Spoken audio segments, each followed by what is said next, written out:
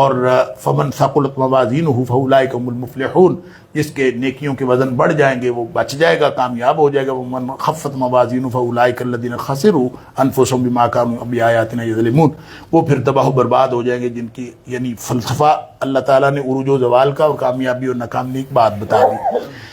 پھر فرمایا کہ یہ جو آگے جو کچھ بیان ہوا ہے یہ تباہی و بربادی کی داستان ہے، لیکن اس کے بیک گراؤنڈ میں کیا ہے؟ وہ آدم علیہ السلام کی تخلیق کا ذکر تباہی و بربادی کی داستان سنانے سے پہلے کیا۔ فرمایا کہ وَلَقَدْ خَلَقْنَاكُمْ ثُمَّ صَوَّرْنَاكُمْ ثُمَّ قُلْنَا لِلْمَلَائِكَةِ اسْجُدُوا لِآدَمَ فَسَجَدُوا إِلَّا إِبْلِيسَ، یہاں سے اللہ تعالیٰ نے شروع کیا لم یکن من الساجدین، سجدہ نہیں کیا۔ اس سے پوچھا بھی کیوں نہیں سجدہ کیا؟ ما منعک الا تسجد اذا امرتک، میں نے تجھے حکم دیا تھا سجدہ کر دیتا، کیوں نہیں کیا؟ قال انا خیر منہ، میں تو اس سے اچھا ہوں۔ خلقتنی من نار وخلقتہ من طین، مجھے تو نے آگ سے پیدا کیا، اسے مٹی سے پیدا کیا، خود ہی حساب لگا لیا آگ مٹی سے بہتر ہے لہذا میں بہتر ہوں، یہ اندازہ اس نے خود ہی لگا لیا۔ اللہ تعالیٰ نے اس موقع پر پھر وہ اس کو ابلیس کے تکبر کی وجہ سے فرمایا کہ فاہبط منہا فما یکون لک ان تتکبر فیہا، تجھے تکبر کرنا نہیں چاہیے تھا لہذا تو نکل جا۔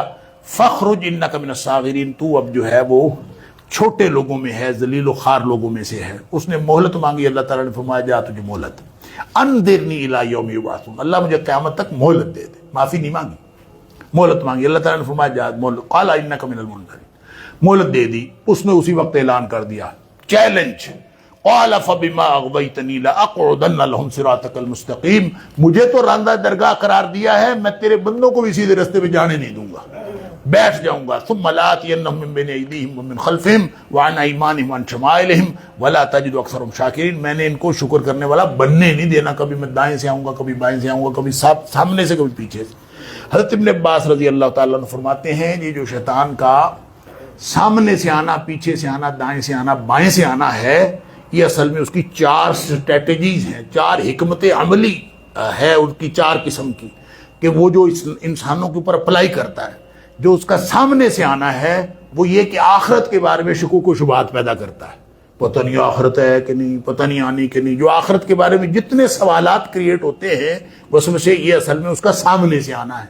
اور پیچھے سے آنے کا مطلب یہ ہے کہ دنیا کے بارے میں جتنی وہ انسان کے اندر رغبت پیدا کرتا ہے دنیا کی، وہ اس کا مطلب ہے یہ جو پیچھے سے آنا، یعنی پچھلی جو دنیا ہے اس کے بارے میں وہ اس قدر اس کو پکڑتا ہے، اس قدر مزین کر کے دکھاتا ہے، اور اس قدر اس کو وعدے دلاتا ہے، اور انسان جو ہے آگے دیکھتا ہی نہیں اور پیچھے کی طرف ہی جاتا رہتا ہے، یہ اس کا پیچھے سے آنا ہے۔ دائیں طرف سے آنے کا مطلب یہ ہے کہ وہ اس کو دین کے متعلق شکوک و شبہات کا شکار کر دیتا ہے، نیکی نہیں کرنے دیتا، اور دین، نیکی، اچھی باتیں، اچھے لوگ، اچھا ماحول، ہر چیز کے بارے میں شکوک و شبہات، شکوک و شبہات، شکوک و شبہات۔ اور بائیں طرف سے آنے کا مطلب یہ ہے کہ یہ گناہ کے اندر لذت پیدا کر دیتا ہے، اور لوگ جو ہے وہ گناہ کے اندر، یہ 4 اس کی گویا قسم کی ہے، حکمت عملی ہے اور اسٹریٹجی ہے جو اصل میں وہ اپلائی کرتا ہے، اور اللہ کریم نے اس کا تذکرہ اس طرح سے فرمایا ہے۔ بہرحال وہ فرمایا کہ وہ چونکہ دشمن تھا، اس نے حضرت آدم علیہ السلام سے اور اماں حوا سے دشمنی کی۔ لوگ کہتے ہیں کہ اماں حوا نے شیطان کے ساتھ مل کے، اور جو ہے وہ پہلے شیطان نے اماں حوا کو پھسلایا، اور پھر اماں حوا نے شیطان کے ساتھ مل کے بابا آدم کو پھسلایا، اور یہ خاص طور پہ عیسائیت میں بھی اس طرح کا کوئی جو ہے وہ کہتے ہیں کہ عورت جو ہے وہ بنیادی طور پر گناہ گار ہے، اسی سے وہ استدلال کرتے ہیں۔ اللہ کریم نے اس کو بالکل کلیئر کٹ فرما دیا، فوسوس لہم الشیطان، ان دونوں کو شیطان نے بہکایا تھا، اور پھر فرمایا فدلاہما بغرور وقاسمہما انی لکما من الناصحین، دونوں سے قسمیں اٹھائی تھی، دونوں کو دھوکہ دیا تھا، اور دونوں میں وسوسہ ڈالا تھا، اور فرمایا فدلاہما بغرور، دونوں کو پھسلایا تھا، اور دونوں نے ہی غلطی کی ہے، لہٰذا مرد اور عورت میں غلطی کرنے کے اعتبار سے، یا آدم علیہ السلام اور اماں حوا میں غلطی کرنے کے اعتبار سے کوئی فرق نہیں ہے، اور تقدیم و تاخیر بھی نہیں ہے۔ اللہ فرماتا ہے فلما ذاقا الشجرہ، جب دونوں نے وہ درخت چکھا، یعنی اکٹھے ہی چکھا، اس میں بھی تقدیم تاخیر کوئی نہیں ہے کہ پہلے بابا جی نے چکھا ہو یا پہلے اماں جی نے چکھا ہو، دونوں نے اکٹھے ہی چکھا۔ اور درخت کیا تھا اللہ جانتا ہے، اس کی بڑی تفصیلات ہیں، اور کیا درخت تھا، صحیح بات یہی ہے کہ اس میں جتنی تفصیلات اس کی طرف توجہ نہیں دینی چاہیے. کوئی ایسا درخت تھا جسے اللہ نے منع کیا تھا، بات ختم ہوئی. بعض لوگوں نے کہا کہ جو تعلق زوجیت ہے اصل میں یہ درخت تھا، اس کو چکھنے سے منع کیا تھا، اور انہوں نے جو ہے وہ بابا آدم سے اور سے غلطی ہو گئی، شیطان نے ان کو بہکایا. واللہ عالم یہ گندم تھا یا کوئی اور تھا. لیکن ہوا کیا؟ اللہ کی نافرمانی کا سب سے پہلا اثر یہ ہوا کہ جنتی لباس اتر گیا. اس کا مطلب یہ ہے کہ جب شیطان کا دا چلتا ہے نا کسی بھی قوم پہ یا کسی بھی فرد پہ، تو پہلا نتیجہ عریانی اور بے حیائی کی صورت میں نکلتا ہے کہ اس کے بعد بابا آدم بھی اماں ابا بھی دونوں ننگے ہو گئے، پتے پکڑ پکڑ کے جنت کے اپنے آپ کو چھپانے لگے، جنتی لباس اتر گیا. اللہ اکبر. لہٰذا معافی تو مل گئی. بعد میں اللہ کریم نے کلمات سکھا دیے، ربنا ظلمنا انفسنا وان لم تغفر لنا وترحمنا لنکونن من الخاسرین. معافی مل گئی، لیکن فرمایا کہ اہبطوا بعضکم لبعض، دنیا میں چلے جاؤ، تم ایک دوسرے کے دشمن ہو، جا کے وہاں زمین میں ایک عرصہ رہو، اب محنت کر کے واپس آؤ گے تو جنت ملے گی، ورنہ کوئی نہیں ملنی. اللہ اکبر. 4 اللہ کریم نے یہاں آوازیں لگائی ہیں یا ندائیں کہہ لیں، یا بنی آدم، یا بنی آدم، یا بنی آدم. اللہ، پیچھے بیک گراؤنڈ میں ایک قصہ بیان کیا ہے آدم کا آدم اور حوا کا قصہ بیان کر کے اب بنی آدم کو بتایا. اللہ، پہلے صدا لگائی تو فرمایا آیت نمبر 26 کے اندر کہ قد انزلنا علیکم لباسا یواری سوآتکم وریشا. اللہ نے تمہارے لیے کتنے اچھے لباس بنائے ہیں، خوبصورتی کے لیے بھی اور تمہارے جسم چھپانے کے لیے بھی. اور اس کو کہیں ایسا نہ ہو، یا بنی آدم، اے آدم کی اولاد، لا یفتننکم الشیطان کما اخرج ابویکم من الجنۃ ینزع عنہما لباسہما یریہما سوآتہما، کہیں شیطان تمہارے اوپر ایسا حملہ نہ کر دے کہ جیسے بابا جی اور اماں جی کو جنت سے نکلوا دیا تھا اور ان کو برہنہ کر دیا تھا، کہیں تمہیں بھی برہنہ نہ کر دے، تمہارے اوپر اس طرح کا اس کا حملہ نہ چل جائے. اللہ اکبر. اسی طرح فرمایا یا بنی آدم خذوا زینتکم عند کل مسجد. یہ چونکہ مشرکین مکہ جو تھے یہ برہنہ طواف کیا کرتے تھے، تو فرمایا کہ تم تو گویا شیطان کی پیروی خود سے کر رہے ہو، یعنی وہ پورا اپنا مشن پورا کر کے برہنہ کرتا ہے، تم پہلے ہی برہنہ ہو چکے ہو. لہذا فرمایا خذوا زینتکم عند کل مسجد، ہر مسجد میں اپنا لباس پورا پہن لیا کرو. اور پھر فرمایا کہ لوگ کہتے تھے نا وہ لباس حرام ہے، یہ ٹھیک نہیں ہے، یہ پہننا نہیں چاہیے، اور پتہ نہیں اس کے کس طرح کا لباس ہوگا. لہذا پیچھے کانسیپٹ یہ تھا لباس اتار کے ہم اس کی پیروی طواف وغیرہ کریں. اللہ تعالیٰ فرماتا ہے قل من حرم زینت اللہ التی اخرج لعبادہ والطیبات من الرزق. اللہ نے کوئی بھی خوبصورت چیز حرام نہیں کی ہوئی، جو حلال چیزیں ہیں ساری اللہ تعالیٰ نے زینت اختیار کرنا یا اچھا لباس پہننا کب حرام کیا، یا حلال روزی طیبات پاکیزہ چیزیں والطیبات من الرزق کھانا کب حرام کیا اللہ نے. قل ہی للذین آمنوا فی الحیات الدنیا، یہ دنیا میں بھی اہل ایمان کے لیے ہیں، خالصتاً یوم القیامہ. دنیا میں کافر بھی کھا پی رہے ہیں، کافر بھی زینتیں اختیار کر رہے ہیں سب، لیکن آخرت میں یہ صرف اہل ایمان کے لیے ہوں گی. آگے پھر اللہ تعالیٰ نے شرک کی فرمایا کہ شرک حرام ہے، بے حیائی بھی حرام ہے، ظلم بھی حرام ہے. پھر رسول اللہ صلی اللہ علیہ وسلم کی تکذیب جو ہے اس وہ عذاب کا باعث ہے. اسی طرح پھر جہنم کا منظرنامہ ہے، ایک دوسرے پر الزام تراشی کریں گے قیامت والے دن. اللہ اکبر. اور اس دن پھر ان الذین کذبوا بآیاتنا واستکبروا عنہا لا تفتح لهم ابواب السماء ولا يدخلون الجنۃ حتی یلج الجمل فی سم الخیاط. اللہ تعالیٰ فرماتا ہے کبھی یہ جو اونٹ ہے اس سوئی کے ناکے سے گزر سکتا ہے، جیسے سوئی کے ناکے سے گزرنا اونٹ کا ناممکن ہے، ایسے ہی مشرکوں کا جنت میں جانا ناممکن ہے. اللہ تعالیٰ متکبرین جو ہیں وہ کبھی بھی جنت میں نہیں جا سکتے. آگے پھر اللہ کریم نے ایک صفائی کا ذکر کیا ہے کہ جو جنت میں جائیں گے نا، جنت میں جانے سے پہلے ایک صفائی ہوگی. میں اس کو کہتا ہوتا ہوں آپریشن ہوں گے. 2 آپریشن ہونے جنت میں جانے سے پہلے، ایک ہونا ہے جسمانی، ایک ہونا ہے روحانی، قلبی آپریشن، باطن کا آپریشن اور ظاہر کا آپریشن. ظاہر کا آپریشن یہ ہے کہ وہ ایک جنت میں جانے سے پہلے ایک حوض ہوگا، اس میں سارے غوطے لگائیں گے اور سارے جوان ہو جائیں گے، بالکل خوبصورت جسم. اللہ تعالیٰ نئے جسم عطا کرے گا. یہ دنیا والے جسم کوئی نہیں ہوں گے، سارے نئے جسم لے کے اور جوان ہوں گے. جیسے نبی پاک صلی اللہ علیہ وسلم نے ایک بڑھیا سے کہا تھا کہ وہاں پہ کسی بوڑھی خاتون نے تو جنت میں جانا ہی نہیں، وہ رونا شروع ہو گئی. کیونکہ اللہ تعالیٰ نے سب کو جوان کر کے پھر جنت ملے گی. یہ ظاہری آپریشن. ایک فرمایا کہ وَنَزَعْنَا مَا فِي صُدُورِهِم مِّن غِلٍّ، جو اندر کی جو بیماریاں ہیں نا، باطنی بیماریاں، وہ بھی ساری کی ساری اللہ تعالیٰ فرماتا ہے ہم وہ نکال لیں گے. تجری من تحت الانہار، وہ پھر جب یہ نکل کے ہر طرح کے بیماریاں ختم ہو کے پھر یہ جائیں گے اور پھر جا کے جنت کے نعمتوں میں پھر وہاں پہ کسی کے ساتھ حسد نہیں ہوگا، کسی کے ساتھ بغض نہیں ہوگا، کوئی پریشانی نہیں ہوگی، کوئی شریکہ نہیں ہوگا، سارے خوش ایک دوسرے سے اور بھائیوں کی طرح، بہنوں بھائیوں کی طرح سب رہیں گے. اور اللہ تعالیٰ وہاں پہ ایک انتہائی اخلاص کی زندگی عطا فرمائے گا جس میں کسی طرح کی کوئی بات نہیں اور ظاہری بیماری نہیں ہوگی. آگے پھر اللہ کریم نے 3 مکالمات کا ذکر کیا ہے، بلکہ 4 مکالمات کا. ایک مکالمہ ہے جنتیوں کا جہنمیوں سے کہ ہم نے تو جو کچھ اللہ نے کہا تھا وہ تو وعدہ سچا، کیا تمہیں جو کچھ کہا تھا وہ بھی وعدہ سچا ہے. پھر ایک مکالمہ ہے اہل اعراف کا اہل جنت سے، پھر ایک اہل اعراف کا اہل جہنم سے، اور پھر اہل جہنم کا اہل جنت سے. یہ 4 مکالمے اللہ تعالیٰ نے یہاں بتائے. اب دیکھیں جنت جو ہے وہ بلندی اوپر، اور سب سے اونچی جنت جنت الفردوس جس کے اوپر اللہ کا عرش ہے. اب گویا جتنی بلندی کا کوئی تصور ہو سکتا ہے وہاں جنت ہے، اور جتنی پستی کا تصور ہو سکتا ہے گہرائی کا وہ جہنم ہے. جیسے نبی پاک صلی اللہ علیہ وسلم فرمایا 100 سال بھی پتھر نیچے جاتا رہے اس کا پیندہ نہیں آتا. اللہ تعالیٰ معاف فرمائے. اب اتنی دور جنتی، اتنے دور نیچے جہنمی، آپس میں مکالمہ کیسے ہوگا؟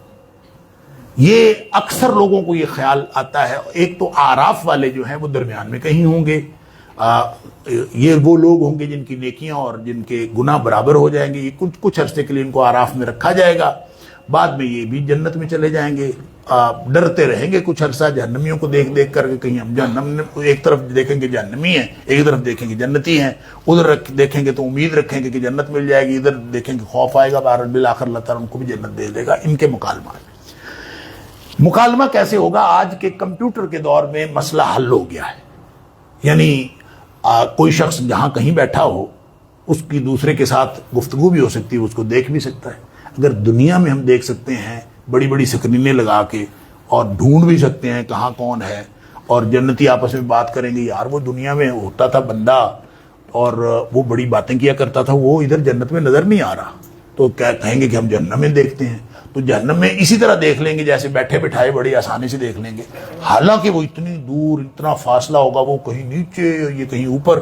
تو گویا ایسا کوئی اللہ تعالیٰ نے سسٹم لگایا ہوگا کہ یہ دنیا کا جو کمپیوٹر کا سسٹم ہے اور سکرینوں کا سسٹم ہے، اس کو ہم جنت کے سسٹم کے ساتھ تو کوئی تشبیہ دے سکتے ہی نہیں نا. اللہ تعالیٰ نے جنت میں کیا کچھ تیار کر رکھا ہے، فرمایا اعددت لعباد الصالحین، میں نے اپنے بندوں کو، نیک بندوں کے لیے تیار کر رکھا ہے ما لا عین رات ولا اذن سمعت، نہ کسی آنکھ نے اس کو کبھی دیکھا ہے، نہ کسی کان نے کبھی سنا ہے، ولا خطر علی قلب بشر، نہ کسی بشر کے دل پر کبھی خیال گزرا ہے.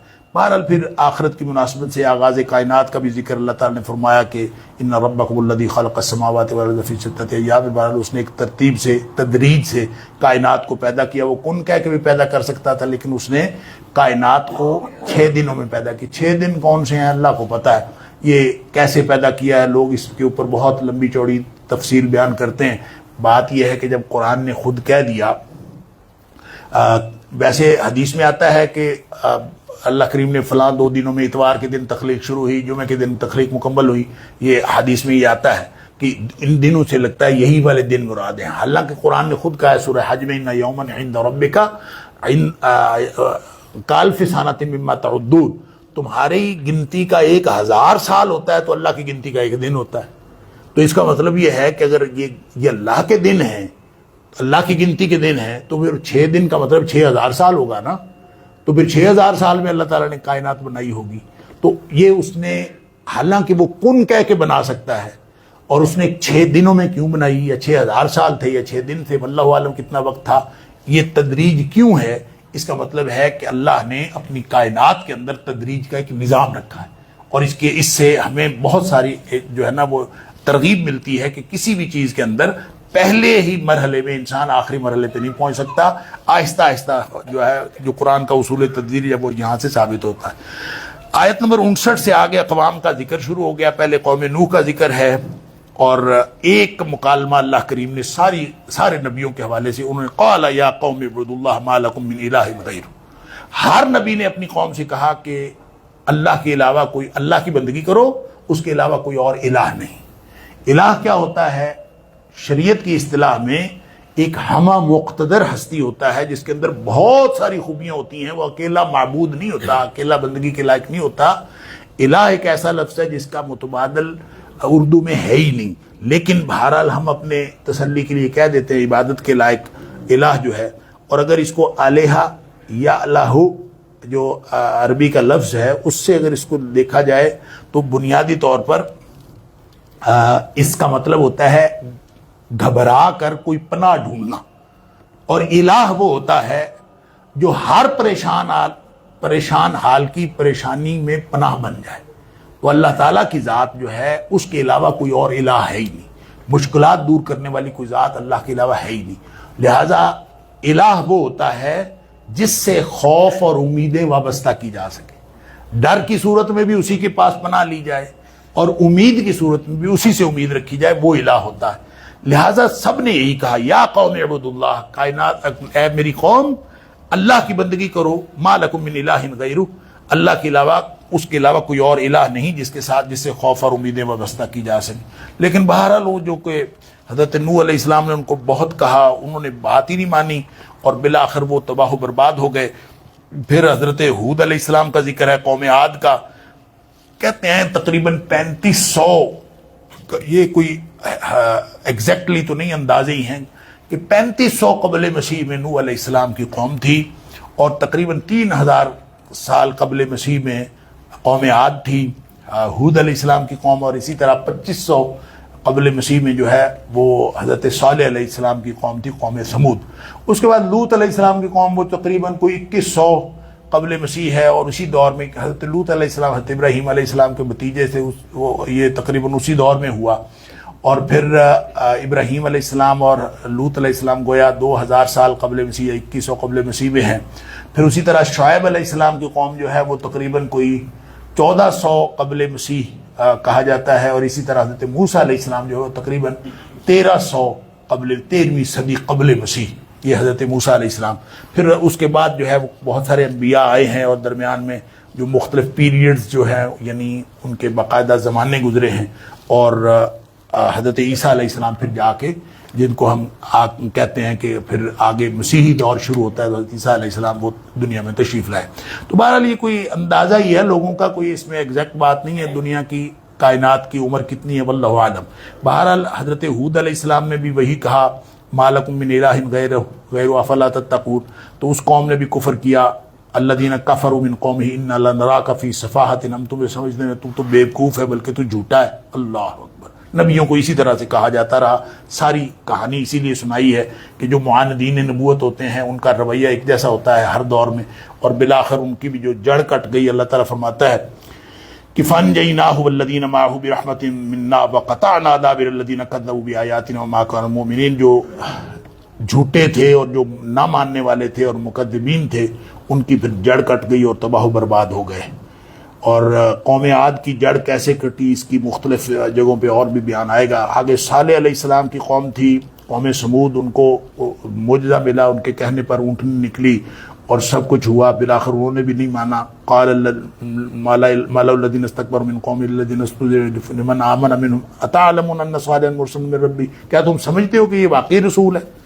تو ہم تو اس کے اوپر ایمان نہیں لاتے۔ تو بہرحال انہوں نے بالآخر اس اونٹنی کو قتل کر دیا، اور اللہ تعالیٰ اللہ کے رسول کو سیدھی دھمکی لگا دی، یا صالح ائتنا بما تعدنا ان کنت من المرسلین، تیرے کو جو ہوندا ہے کر لے۔ اللہ اکبر، یعنی اندازہ کرے اکیلا شخص دیکھ کے، اور سارے تگڑے ہیں اور ان کا جو ہوتا ہے تم کر۔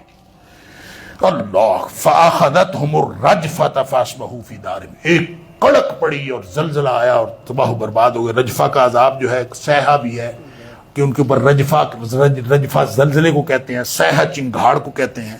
اللہ اکبر۔ اور اللہ تعالیٰ نے سورہ ہود میں فرمایا کہ ان کے اوپر سیحہ تھا، یہاں فرمایا رجفہ تھا۔ بہرحال اس کے بعد لوط علیہ السلام کی قوم ہے، یہ بڑی بے حیا قوم تھی۔ ان کو جب کہا پاکیزگی کی دعوت دی، انہوں نے کہا، آگے سے وہ پاکیزگی کا ہی تانا دینے لگے کہ یہ جی دیکھیں جی بڑے پاکیزہ لوگ آ گئے ہیں، ان کو نکال لو، انہم اناس یتطہرون، پاکیزگی کا ہی تانا دینے لگے۔ اور یہ ہر دور میں بے حیا لوگوں کا یہی طریقہ ہوتا ہے، کہ پاک لوگ اگر کوئی کسی بے حیائی سے منع کرتے ہیں تو ان کو ان کی پاکیزگی کا ہی، ان کی پاکی کا ہی، ان کی نیکی کا ہی تانا دینا شروع کر دیتے. پر انہوں نے طنز وغیرہ کیا، بالآخر پتھروں کی بارش ہوئی، تباہ و برباد ہو گئے. وَأَمْطَرْنَا عَلَيْهِمْ مَطَرًا فَانظُرْ كَيْفَ كَانَ عَاقِبَةُ الْمُجْرِمِينَ. ایسی پھر ان کے اوپر بارش ہوئی، تباہ و برباد ہو گئے. آگے حضرت شعیب علیہ السلام کا ذکر ہے، مدین کی قوم کی طرف. وَإِلَىٰ مَدْيَنَ أَخَاهُمْ شُعَيْبًا. انہوں نے بھی وہی کہا، فرمایا کہ وزن پورا کیا کرو اور ناپ تول پورا کیا کرو، لوگوں کی چیزیں کم نہ کیا کرو، زمین میں فساد نہ پھیلایا کرو، سب کچھ کہا. راہزنی نہ کیا کرو اور بیٹھ کے لوگوں کے جو ہے وہ ان کے لیے پریشانی کریٹ نہ کیا کرو. لیکن انہوں نے یہ بات نہیں مانی اور بالآخر ان کے جو متکبرین تھے، قال الملأ الذين استكبروا من قومه لنخرجنك يا شعيب والذين آمنوا معك من قريتنا. شعیب علیہ السلام کہا کہ تمہیں اور تمہارے ساتھیوں کو ہم یہاں سے نکال دیں گے. اب یہ دیکھیں متکبرین جو سردار ہیں ہر جگہ پہ وہی رکاوٹ بن رہے ہیں. سب سے پہلے معاندین نبوت سردار ہوتے ہیں. اسی لیے نبی پاک صلی اللہ علیہ وسلم کا بھی عام طور پہ رجحان جو ہے وہ سرداروں کی طرف ہوتا تھا، اس لیے کہ اگر بااختیار لوگ نیک ہو جائیں تو پورا معاشرہ جو ہے وہ نیک ہو سکتا ہے. لوگ جو ہے الناس علی دین ملوک ہیں.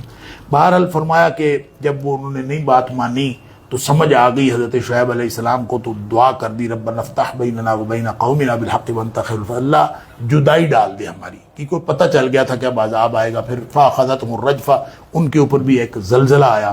رجفہ آیا، یوں مٹے کأن لم یغنوا فیہا، جیسے وہ کبھی تھے ہی نہیں، ایسے تباہ و برباد ہو گئے. اللہ تعالیٰ معاف فرمائے.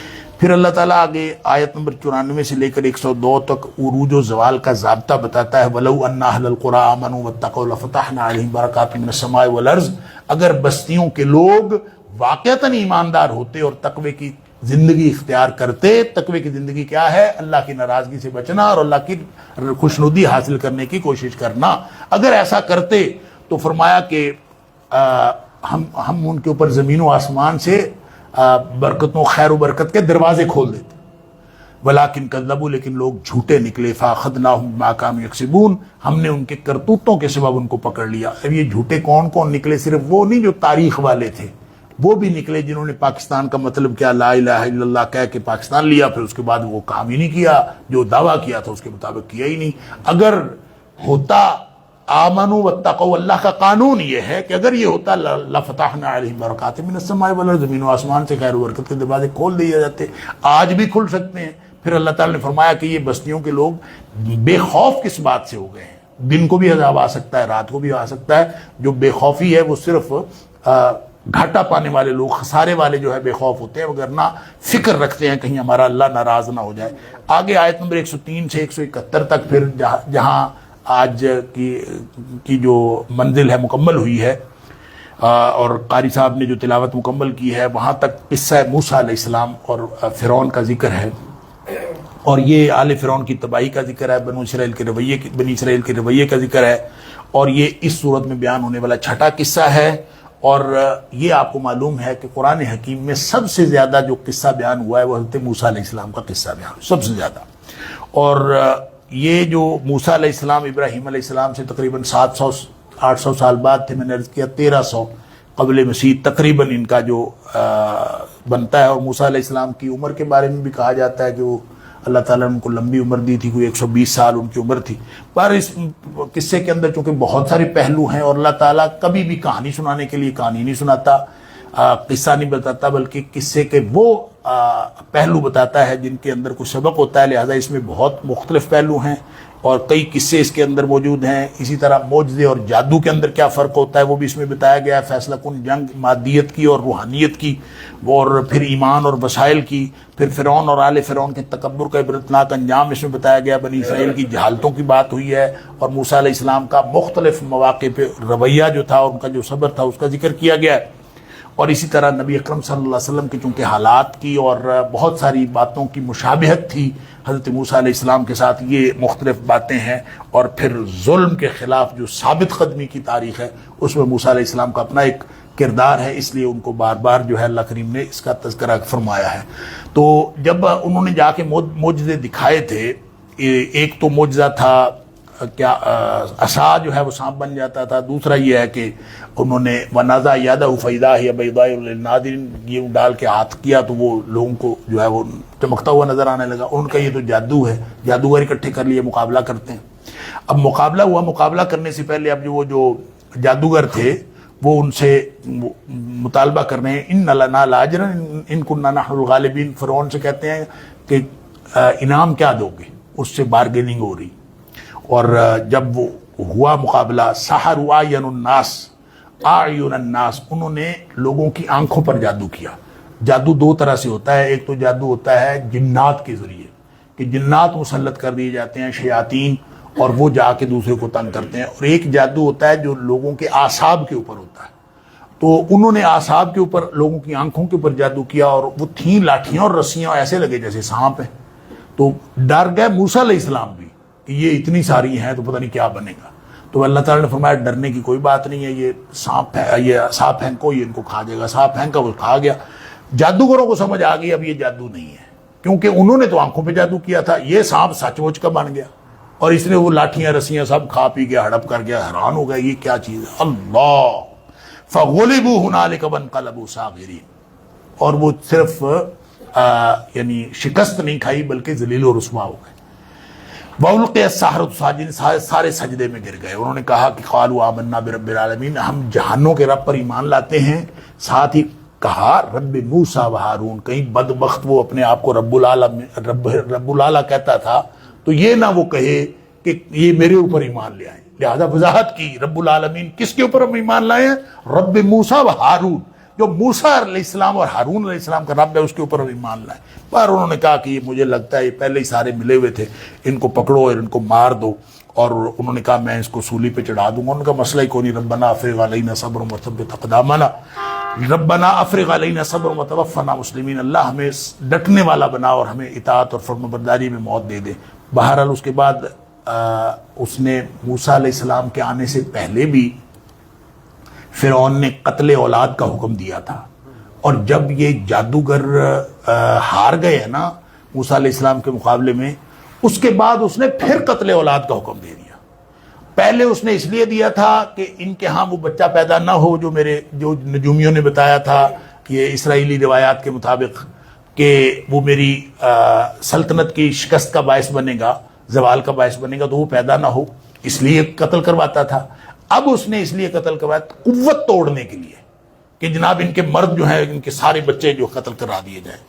قال سنقتل ابناءهم ونستحيي نساءهم وانا فوقهم قاهرون. ہم ان کے اوپر قہر بن کے، عذاب بن کے ان کے اوپر ہم آ جائیں گے. قال موسیٰ لقوم استعینوا باللہ واصبروا. موسیٰ علیہ السلام نے کہا اپنی قوم سے، اور کیا کہے، صبر کرو، اللہ کی مدد مانگو.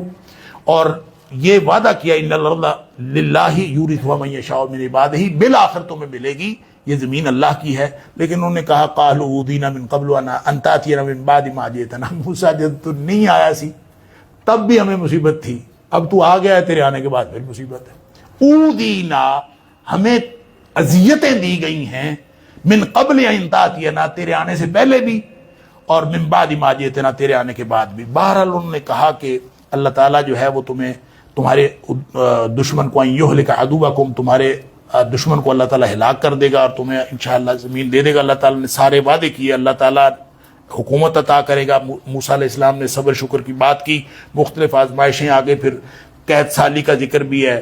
اور فرمایا کہ جب وہ ان کے اوپر، فرعونیوں کے اوپر اور بنی اسرائیل کے اوپر عذاب آتا تھا تو فرعونی کہتے تھے، یہ خود فرعون بھی کہتا تھا حضرت موسیٰ علیہ السلام سے کہ تو اپنے رب سے دعا کر تاکہ یہ عذاب دور ہو جائے. مختلف قسم کے عذاب آتے تھے اور اللہ تعالیٰ فرماتا ہے کہ ان کے اوپر طوفان بھی آیا، اس کے اوپر جراد، مکڑیاں آئیں، قمل آئے، جوئیں آئیں، اور اس کو میڈک آئے، خون آیا، مختلف قسم کے عذاب.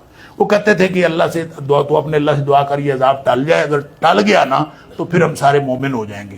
جو ہی عذاب ٹل جاتا تھا وہ پھر ویسے کے ویسے بالآخر اللہ تعالیٰ فرماتا ہے ان کو سمندر میں غرق ہوئے، اور پھر وہ یوں اللہ تعالیٰ نے ان کو نجات دی. اس کی آگے تفصیلات ہیں. پھر جب وہاں سے نکل گئے تو انہوں نے بچڑے کی پوجا شروع کر دی. موسیٰ علیہ السلام ادھر گئے تھے کوہ طور پہ اللہ تعالیٰ کے ساتھ گفتگو کرنے کے لیے، اور ادھر جو ہے انہوں نے بچھڑے کی پوجا شروع کر دی. کیوں؟ اس لیے کہ یہ دیکھتے رہتے تھے اور معاشرہ ایسا تھا. انہوں نے لوگوں کو دیکھا کہ بچھڑے کو پوجتے ہیں تو انہوں نے بھی پیچھے سے بچھڑے کو بنا لیا، اپنا ایک الہ بنا لیا. ادھر موسیٰ علیہ السلام اللہ تعالیٰ کے ساتھ گفتگو ہوئی، مزہ آیا. اور جب گفتگو میں مزہ آیا تو کہا کہ اللہ مجھے دیدار بھی کروا دے، رب ارنی انظر الیک. اب جس کے ساتھ گفتگو میں لطف آ رہا ہو تو انہوں نے سوچا بھی جب میں دیکھوں گا دیدار کروں گا تو پھر تو کیا ہی لطف ہوگا. اور ہے بھی بات صحیح. نبی پاک صلی اللہ علیہ وسلم نے فرمایا کہ جنتیوں کو جب اللہ کا دیدار ہوگا تو اللہ کے دیدار کی لذت کے سامنے جنت کی ساری نعمتیں ہیج ہوں. تو موسیٰ علیہ السلام کو کلام الہی سے کتنا لطف آیا ہوگا. انہوں نے رب ارنی انظر الیک، مجھے اللہ اپنا آپ دکھا، میں دیکھنا چاہتا ہوں. اللہ تعالیٰ نے فرمایا لن ترانی، تو مجھے نہیں دیکھ سکتا، ولکن انظر الی الجبل، اس پہاڑ کی طرف دیکھو، ان استقر مکانہ سوف ترانی، اگر یہ اپنی جگہ پہ ٹھہر گیا تو پھر تو مجھے دیکھ سکتا ہے. اچھا، اس سے معتزلہ نے یہ کہا ہے کہ رؤیت باری تعالیٰ ممکن ہی نہیں ہے، اللہ کو دیکھا جانا ممکن ہی نہیں ہے. اس سے انہوں نے استدلال کیا ہے کس سے؟ کہ ایک نبی نے کہا تھا کہ اللہ مجھے اپنا آپ دکھا، اور اللہ تعالیٰ نے فرمایا تھا لن ترانی، تو مجھے نہیں دیکھ سکتا. تو نبی کے مطالبے کے جواب میں اللہ کا یہ کہنا کہ تو مجھے نہیں دیکھ سکتا، اس کا مطلب یہ ہے کہ اللہ کو دیکھا جانا ممکن ہی نہیں. اور حالانکہ اللہ تعالیٰ کو دنیا میں دیکھا جانا ممکن نہیں ہے، اور آخرت میں تو اللہ تعالیٰ اہل ایمان کو جو دیدار کی یہاں کی لا تدرک الابصار وہو یدرک الابصار، یہاں کی آنکھیں اللہ کو نہیں دیکھ سکتی، وہاں تو دیکھا جائے گا. اس کی پھر تفصیلات بھی ہیں. لوگوں نے یہ بھی پوچھا کہ اربوں خربوں لوگ ہوں گے کیسے اللہ کو دیکھیں گے؟ تو نبی پاک صلی اللہ علیہ وسلم نے فرمایا کہ جب 14ویں رات کا چاند چڑھا ہوا ہو تو تمہیں کوئی دیکھنے میں دقت ہوتی ہے، اسی طرح اللہ تعالیٰ کے دیدار میں بھی کوئی دقت نہیں ہوگی. لیکن یہ جو معتزلہ نے لن ترانی سے استدلال کیا، حالانکہ اس کے آگے پھر اشاعرہ نے اسی سے استدلال کیا کہ اللہ کی رؤیت، اللہ تعالیٰ کا دیدار ممکن ہے. کیوں؟ اللہ تعالیٰ نے فرمایا پہاڑ پہ دیکھو. کیا پہاڑ کو اللہ تعالیٰ یہ صلاحیت دے سکتا ہے کہ اللہ تعالیٰ جلوہ ڈالے، اس کے باوجود پہاڑ جو ہے وہ ختم نہ ہو؟ یہ ہو سکتا ہے، یقیناً اللہ کے پاس یہ قدرت ہے. تو اس کا مطلب ہے اللہ تعالیٰ کے پاس اگر یہ قدرت ہے کہ پہاڑ اپنی جگہ پر قائم رہے تو اس کا مطلب ہے اللہ کا دیدار بھی ممکن ہے، کیونکہ اللہ تعالیٰ نے پہاڑ کی تو شرط لگائی تھی. تو جو اللہ تعالیٰ نے جب دکھانا ہو تو پھر اللہ تعالیٰ اس طرح دکھا دیتا ہے. بہرحال اللہ تعالیٰ نے تجلی ڈالی اور فخر موسیٰ صاعقہ، موسیٰ علیہ السلام بے ہوش ہو کے، اسی دن وہ پہاڑ جو گرا تو موسیٰ علیہ السلام بھی بے ہوش ہو کے گر گئے. پھر بعد وہ جو بعد میں قرآن باقی جگہوں پہ بھی آتا ہے، پھر اس کے جو نشانات تھے وہ مٹا دیے. پھر دوبارہ جب جانے لگے، موسیٰ علیہ السلام تورات لے کے آئے تھے تو ان کے جو بنی اسرائیل تھے انہوں نے کہا جی ہمیں کیا پتا بھی اللہ تعالیٰ نے تورات دی ہے، ہمیں ساتھ لے کے چل. تو 70 لوگوں کو حضرت زندہ کر دیا. بہرحال اس کے بعد نبی پاک صلی اللہ علیہ وسلم کی حیثیت، آیت نمبر 157 مشہور و معروف ہے نبی کریم صلی اللہ علیہ وسلم کی حیثیت نبوت کی، کہ آپ کے جو نبی پاک صلی اللہ علیہ وسلم کے کیا فرائض ہیں. آپ حلال قرار دیں کسی کو وہ حلال ہو جاتا ہے، آپ کسی کو حرام ٹھہرائیں وہ حرام ہو جاتا ہے. لہذا فرمایا کہ نبی کریم صلی اللہ علیہ وسلم جو ہے ان کے پیچھے چلنا چاہیے، ان کی مدد کرنی چاہیے. آگے قوم موسیٰ علیہ السلام پر انعامات کا تذکرہ ہے، پانی، بادل کا سایہ، من و سلوہ، وہی جو سورہ بقرہ میں ہے. اور پھر اصحاب سبت کے واقعے کو اللہ تعالیٰ نے تھوڑا سا یہاں کھول کے بیان کیا ہے، اگرچہ سورہ بقرہ میں بھی بیان ہوا ہے. ایلا نامی بستی، مفسرین نے لکھا ہے شام کی بستی، یہ بالکل جہاں یہ جو بحیرہ قلزم ہے نا، بحیرہ حمر جس کو کہتے ہیں، یہ 2 حصے ہو جاتا ہے، آگے جا کے 2 شاخہ بن جاتا ہے. اور اس میں جہاں یہ 2 شاخہ ہوتا ہے، ایک جو ہے وہ یعنی ایک خلیج عقبہ ہو جاتی ہے اور ایک خلیج سویز جس کو کہتے ہیں. اور وہ جو خلیج سویز ہے اس کے آگے پھر نہر سویز ہے. تو اس کے بالکل کونے پہ جہاں آج کل مصر کا شہر کہتے ہیں، شرم الشیخ غالباً شہر، اس جگہ پہ اللہ نامی بستی تھی. اور صرف مچھلیاں ہی ان کا کاروبار تھا. اور مچھلیاں ان کو کہا کہ آپ ہفتے والے دن مچھلیاں نہیں پکڑنی، اور مچھلیاں ہفتے والے دن زیادہ آتی تھیں. یہی امتحان تھا، کیا کریں بیچارے. پھر انہوں نے ہیلے کرنے شروع کر دیے. پکڑتے اتوار کو ہی تھے لیکن وہاں ہیلے کرنے شروع کر دیے. کبھی حوض بنا لیتے تھے، اس میں مچھلیاں جو ہیں وہ ان کو قید کر لیتے تھے. کبھی جو ہے وہ مختلف قسم کے جال لگا دیتے تھے، وہ پھنس جاتی تھی. پکڑتے اتوار کو تھے. ان ہیلوں کی وجہ سے لوگ 3 قسم کے ہو گئے، پکڑنے والے، ان کو روکنے والے. کچھ روک رہے تھے، کچھ لوگ الگ ہو گئے، انہوں نے نہ روکا نہ پکڑا. اب یہ 3 گروہ تھے. تو جو روکتے تھے ان کو لوگوں نے کہا کہ جو نہیں روکتے تھے وہ کہتے تم کیوں روکتے ہو؟ انہوں نے کہا کہ ہم اس لیے کہ ان کو روکتے ہیں معذرۃ الی ربکم، ہم اس لیے کہ قالوا معذرۃ الی ربکم، ہم اپنے رب کے پاس جا کے یہ کہہ لیں گے، عذر پیش کریں گے کہ اللہ یہ بات ہماری نہیں مانتے تھے، ہم جو کر سکتے تھے ہم نے کیا۔ اس کا مطلب یہ ہوا کہ معاشرے کے اندر جہاں کہیں خرابی، بیماری، شرک، جو کچھ ہو رہا ہو، کم از کم اللہ کے سامنے عذر پیش کرنے کے لیے ضروری ہے کہ اس سے روکا جائے۔ یہی بات نبی پاک صلی اللہ علیہ وسلم نے فرمائی، فمن رأى منکم منکرا فلیغیرہ بیدہ، جو برائی دیکھے ہاتھ سے روک دے۔ اگر وہ قوت نافذہ رکھتا ہے، قوت نافذہ ہر سطح کی مختلف ہوتی ہے، ملک میں قوت نافذہ حکومت کے پاس ہوتی ہے، ریاست کے پاس ہوتی ہے، گھر میں قوت نافذہ گھر کے سربراہ کے پاس ہوتی ہے، اور اسی طرح ہر لیول کی قوت نافذہ اور اپنے جسم کی قوت نافذہ انسان کے اپنے پاس ہوتی ہے۔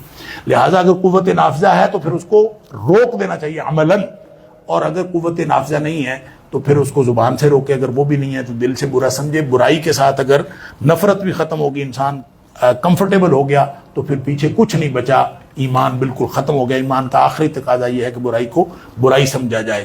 اور پھر آخر پہ اللہ تعالیٰ نے بنی اسرائیل کے بارے میں یہ فرمایا ہے کہ قیامت تک جو ہے ان کو عذاب آتا رہے گا دنیا میں۔ تو کیا وَإِذْ تَأَذَّنَ رَبُّكَ لَيَبْعَثَنَّ عَلَيْهِمْ إِلَى يَوْمِ الْقِيَامَةِ مَن يَسُومُهُمْ سُوءَ الْعَذَابِ، اللہ نے نا ان کے ساتھ، یہودیوں کے ساتھ ایک ایسا کام کیا ہے، ہر دور میں کوئی نہ کوئی ان کی تباہی و بربادی ہوتی آئی ہے۔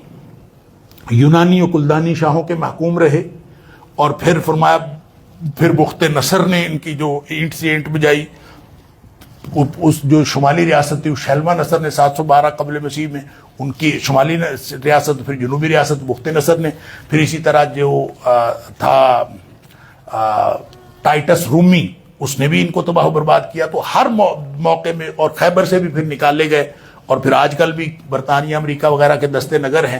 تو ہر دور میں یہ کسی نہ کسی کے توفیلی ریاست بن کے یہ کچھ عرصے کے لیے رہتے ہیں، پھر اللہ تعالیٰ ان کو تباہی و بربادی ان کی جو ہے وہ ثابت ہو جاتی ہے، اور آخر پہ پھر یہ ہوگا جو قرب قیامت مسلمانوں کے ساتھ جو آخری مارکا ان کا یہودیوں کا ہوگا۔ تو نبی کریم صلی اللہ علیہ وسلم نے فرمایا کہ پھر یہ درخت کے پیچھے چھپیں گے تو درخت بھی بتا دے گا کہ میرے پیچھے یہودی چھپا ہے، مسلمان کو کہے گا کہ آؤ آ کے اس کو مار لو۔ تو اللہ تعالیٰ نے ان کے اوپر دنیا میں بھی رسوائی ان کی اور آخرت میں بھی ان کی رسوائی ہوگی۔ اللہ تعالیٰ معاف فرمائے۔ اللہ تعالیٰ مجھے اور آپ کو، ہم سب کو قرآن سمجھنے اور عمل کرنے کی توفیق عطا فرمائے۔ وآخر دعوانا الحمدللہ۔